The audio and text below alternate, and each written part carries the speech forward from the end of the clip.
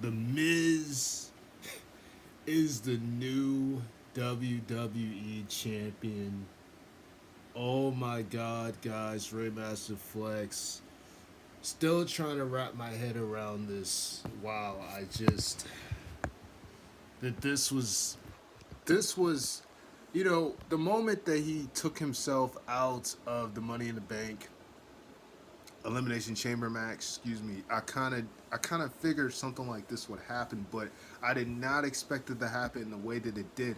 I mean, Bobby Lashley just pretty much demolished after losing an amazing triple threat match with him, Matt Riddle, and John Morrison, where Matt Riddle won the United States Championship. I saw MVP. He was talking. I saw MVP. Excuse me. He was talking to I saw MVP. He was talking to the Miz backstage. I'm like, what is he talking to him about? And I did not expect for that to happen. I mean, after just an insane chamber match, and I thought both chambers were good. I thought the first chamber that where Daniel Bryan won, I thought that one was really good. I was actually rooting for Cesaro, but you know, it's kind of good he didn't win because then he would have got squashed. Like Daniel, unfortunately, had to suffer after he won the match. But that was good. The second chamber was decent for what it was, and Drew ended up retaining the belt. And out of nowhere, Bobby Lashley just comes out, destroys Drew completely.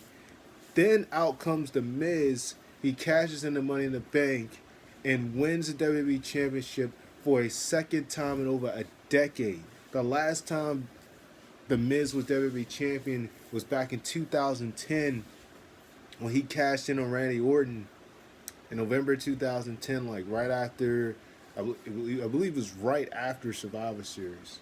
And he held the belt up until like Extreme Rules of 2011 when he dropped the belt to John Cena in the triple threat match between Cena, The Miz, and John Morrison in the steel cage.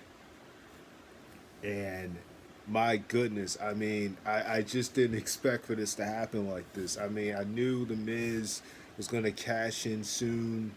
I knew that when he got the Money in the Bank briefcase back because he previously had cashed in um, at TLC, but it was because Morrison was the one that cashed in for him, he failed to cash in, and there's just a lot of questions that kind of come out of this. You start to wonder if you know what was the whole point of MVP talking to the Miz backstage. I mean, did they make an agreement that Bobby Lashley be the first challenger to the WWE Championship? I mean, that's what I'm thinking the route that they're going with this, which of course that would make Morrison upset because Miz actually said that he would be the first challenger if when he wins the belt. So we kind of, going against the grain to make Bobby Lashley as the first challenger because that's really the only reason why Bobby would even go and attack Drew in the first place. Because I was just thinking when I was watching, I'm like, what is he gonna get out of this? What is he gonna get out of attacking Drew McIntyre if he's not gonna gain anything? And it's like, well, okay, then maybe that's the route they're going. But at the same time, I mean, we've seen the Miz turn heel on Morrison back in 2009 when he got drafted, when they got separated in 2009 draft. When he got drafted to Raw and Morrison went over to SmackDown, but this is a little bit different, and we could possibly see Morrison be the one to turn on the Miz. I mean, it's so many stories here. I don't think Drew. I don't think he's gonna be out of this just like that. I feel like he might win the title back at Fastlane. I mean, it's a lot of routes they could go with this, and the Miz is definitely a hard worker. There's no question about it. But I think the thing about this is it was a shocking moment because even though he took himself out the chamber, even though he had kind of spoiled the fact that he was going to cash in, the way that it happened with just Bobby of all people, who probably wanted to lay out some rage anyway after losing the United States Championship. He takes out Drew McIntyre and out comes the Miz. I just kind of figured something like that was going to happen once he came out. So I'm like, why is Bobby out here? But then it was kind of foreshadowed when MVP was talking to the Miz early in the night. So the Miz comes, wins the belt. Now, once again, for the second time in over a decade, The Miz is WWE champion. I mean, my goodness, I don't know what to think, guys. Like I said, The Miz is a heck of a performer. Um, but I think that the thing about this is, this would have been so much more refreshing in terms of The Miz. This would have been so much more refreshing at the time when he was like at his peak, because lately they've been booking him to the point where he's been losing so much on Raw, and they've done this whole comedy thing with him and Morrison, and now they looked as though they were going towards him and Morrison facing Bad Bunny and Damian Priest at WrestleMania. You even saw early in the night The Miz got slapped by Bad Bunny, and he was gonna hit him, but then Damian Priest got in his face. So, I don't think, um, you know, I don't think the Miz is gonna hold the belt for long. Even though it kind of defeats the purpose of giving him to him, because that's pretty much the same thing he did with Orton when Orton beat Drew Hell in a Cell. He only held it for like 2 weeks, only to drop it right back to Drew. Like 2-3 weeks he held it, only to drop it right back to Drew right before Survivor Series. I mean, I don't think the Miz is gonna hold on to it for long. He'll probably drop it back, even though that would kind of defeat the purpose of giving it to him. You know, because with this whole Bad Bunny and Damian Priest thing, I don't see them going away with this thing either. So, and I don't see them putting that for the championship. So, if anything, I definitely don't see the Miz holding on to the belt for long. I think the Miz will, unfortunately, just going to be a transitional champion, just drop it right back. But the fact of him winning it, and the way that he won it is just really crazy, because it's like, if it wasn't with Bobby, there was no way he was winning that belt, because he's attempted to go at Drew before at TLC and it backfired when Morrison cashed in for him. And so, because of the way that he just got demolished by Bobby Lashley, there was really no other. At that point, Drew should just barely stand. The Miz is now WWE champion once again. Like I said, it's interesting to see how they're going to go with this. It's interesting to see if Drew, if he's going to directly go after the Miz. He'll probably first try to go after Lashley, and at the same time want to go after the Miz. Uh, you know, Drew at this rate has been a WWE Championship picture for a whole year, because he won the belt at WrestleMania last year.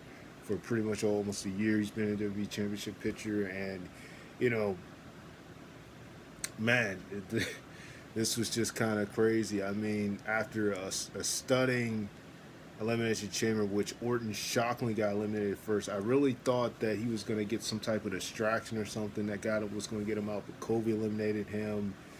And then I think Kobe was actually the next person to get out, because he got eliminated by Sheamus, and Jeff Hardy got eliminated. Jeff Hardy ended up getting eliminated by Drew McIntyre, and Sheamus got eliminated by AJ Styles. AJ Styles got eliminated by Drew. So, I mean,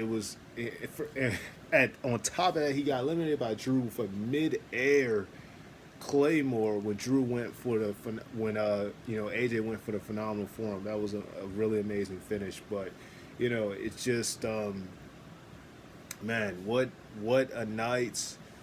I meant to post this 2 hours early when it happened, but I started watching the pay per view late, so I had to I didn't finish watching it, so it got around 12. But man, oh man, the Miz is champion. Matt Riddle's the new United States champion. A pretty decent triple threat match between him, Morrison, and Bobby Lashley. Shayna and Nia retained the women's championships after women tag belts after Reginald cost Sasha her opportunity, her and Bianca's opportunity with the whole champagne thing or whatever. That was pretty crazy. I thought the match itself was really good, but that was pretty crazy that he continuously just has this thing for Sasha or whatever they're leading into with this. I mean, man, my goodness, Daniel wins the first chamber match of the night.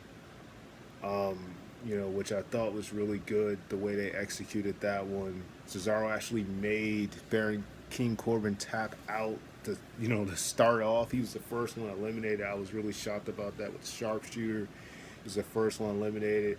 I think Sammy was next because Kevin eliminated Sammy with a stutter.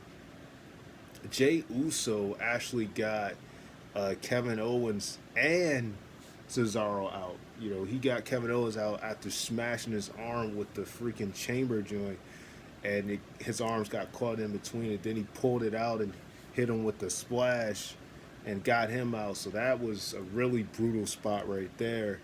And the whole exchange between Cesaro and Daniel was really good as well. That was a great exchange between them. That's what really made me think Cesaro was going to be like the guy to win this. But you had that happen. Then after that, it came down to Jay and Daniel ended up winning. But what a match that was! Only to get squashed by Roman. He put him in the LeBell lock. When Roman tried to hit him with a spear, it was a beautiful reversal there to a belt lock, but then Roman just demolished it from there, retained the belt. So, pretty. Aside from that, I guess it was pretty solid. But man, I'm still recovering from the Adam Cole heel turn and the freaking Apollo Crews heel turn, and even possibly the Otis and Chad Gable thing. I don't know where that's going. And now we see this. I mean, moment after moment after moment. Man, oh man. Oh man, that's pretty much it, guys. Sign off, Remastered Flex. Like, comment, subscribe. I'll talk to you guys later. Peace.